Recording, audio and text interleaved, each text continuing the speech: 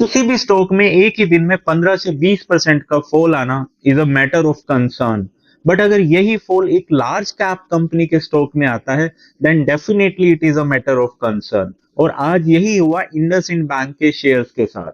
Hello दोस्तों, मेरा नाम है पीयूष वर्मानी और मैं हूं एक सेबी रजिस्टर्ड रिसर्च एनालिस्ट। आज की इस वीडियो में हम बात करेंगे कि क्यों आया इंडसइंड बैंक के शेयर्स में इतना फॉल। ये स्टॉक ओपन हुआ आज 8% गैप डाउन के साथ और उसके बाद भी इसमें फॉल आया अराउंड 12% का।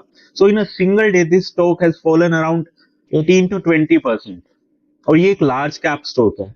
मार्केट्स में क्या माना जाता है, जनरली अगर आपने लार्ज कैप स्टॉक्स में इन्वेस्ट कर रखा है तो आपको जनरली ऐसे सीन्स नहीं देखने पड़ेंगे कि एक दिन में आपकी कैपिटल का 20% वाइप आउट हो गया या आपके प्रॉफिट्स का 20% चला गया। ये स्टॉक अपने टॉप लेवल से अराउंड 40% डाउन है। जो 20% था that was due to FII selling और वो पूरी मार्केट में सेलिंग देखने को मिल रही है। So it was not a major concern. But आज जो ये 20% का फॉल आया उसके लिए रिस्पॉन्सिबल है इस बैंक के क्वार्टरली रिजल्ट्स। कल इस बैंक के क्वार्टरली रिजल्ट्स डिस्क्लोज हुए थे and the results are really disappointing. Market को इस बैंक से कुछ ज्यादा ही अच्छे रिजल्ट्स की एक्सपेक्टेशंस थी और हुआ बिल्कुल उसका अपोजिट।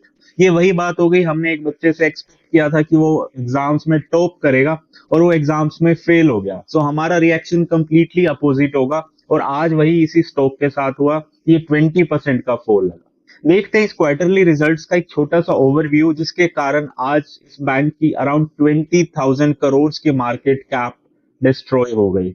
बैंक के इस क्वार्टर के रिवेन्यूज की बात करें तो it has came around 14,871 crore, जो लास्ट क्वार्टर में था 14,988 crore.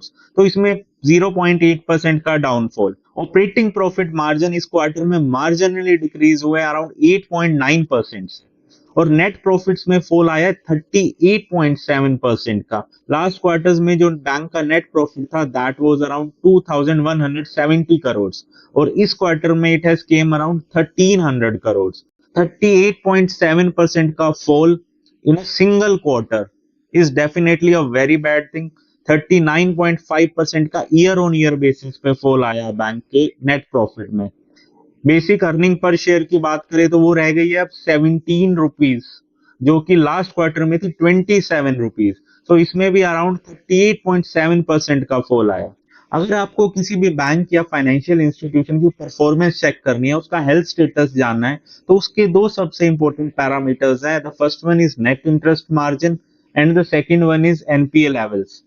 Net interest margin bank के लिए एक इनकम है, बैंक के लिए एक मार्जिन है कि बैंक ने कितना इंटरेस्ट पे किया अपने अकाउंट होल्डर्स को जिनकी एफडीज थी, जिनका सेविंग्स अकाउंट था, और कितना इंटरेस्ट अर्न किया उन लोगों से जिनको बैंक ने लोन्स या एडवांसेस दे रखे हैं। और इस क्वार्टर में इस बैंक की ये दोनों ही फिगर्स डेटोरिएट हुई। नेट इंटरेस्ट मार्जिन डिक्लाइन हुए around 3.5% in a single quarter. Bank का जो नेट एनपीए लेवल था लास्ट ईयर वो था अराउंड 0.57%, जो इस ईयर बढ़ के हो गया अराउंड 0.64%।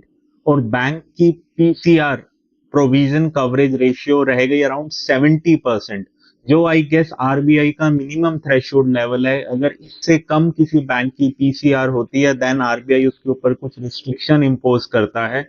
सो ये एक मेजर कंसर्न है इस बैंक के लिए। अगर नेक्स्ट क्वार्टर्स में ये फिगर्स इंप्रूव नहीं होती देन डेफिनेटली इस बैंक के लिए चैलेंजेस और भी बढ़ने वाले हैं।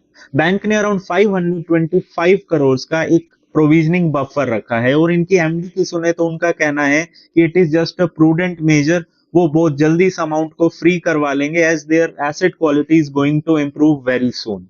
बट ये कब तक होती है ये हमें आने वाले टाइम में पता चलेगा। बट अब उन इन्वेस्टर्स को क्या करना चाहिए जिसके पास इसकी होल्डिंग है। ऑलरेडी इनकी 20% का डेंट लग चुका है और क्या इसके बाद भी ये शेयर फॉल करेगा।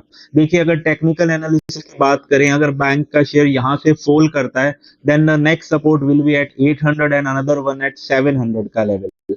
और सारे मेजर ब्रोकरेज हाउसेज ने अब इस बैंक का शेयर का टारगेट प्राइस कम कर दिए हैं। जहां रेटिंग उनकी पहले बाई की थी वहां अब होल्ड की हो चुकी है।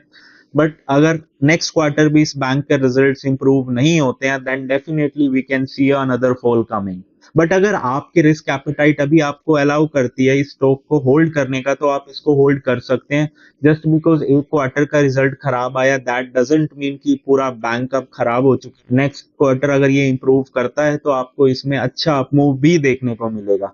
The main thing is that आपकी रिस्क एपेटाइट क्या है। लेवल से बाय किया होगा, हो सकता है किसी ने टॉप से बाय किया और कोई अभी भी प्रॉफिट में हो। सो आपको अपनी रिस्क एपेटाइट के अकॉर्डिंग ये डिसीजन लेना है।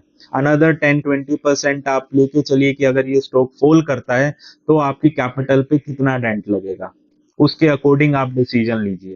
Thank you and do subscribe me for such meaningful content.